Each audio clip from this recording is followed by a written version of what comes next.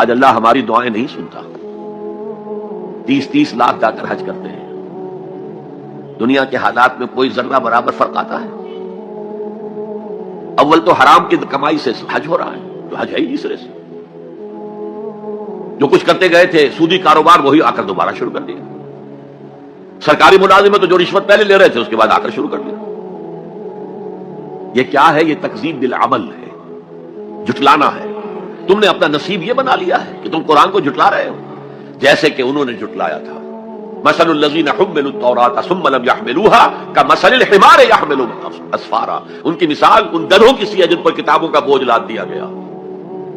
مکالمات فلا تم گٹھڑی باندھ کر گدھے کے اوپر رکھ دیجئے تو کیا وہ واقعی منطقی اور فلسفی بن جائے گا؟ یہ مثال اللہ دے رہا ہے. اور یہ مثال کیوں دی گئی ہے؟ اس آئینے میں ہمیں ہماری تصویر دکھائی گئی ہے. تم اگر قرآن کا حق ادا نہیں کر رہے تو تمہاری مثال وہی ہے جو یہود کی تھی. بئس مثل القوم الذین کذبوا بآیات اللہ. وہی مثال ہے اس قوم کی جس نے اللہ کی آیات کو جھٹلایا.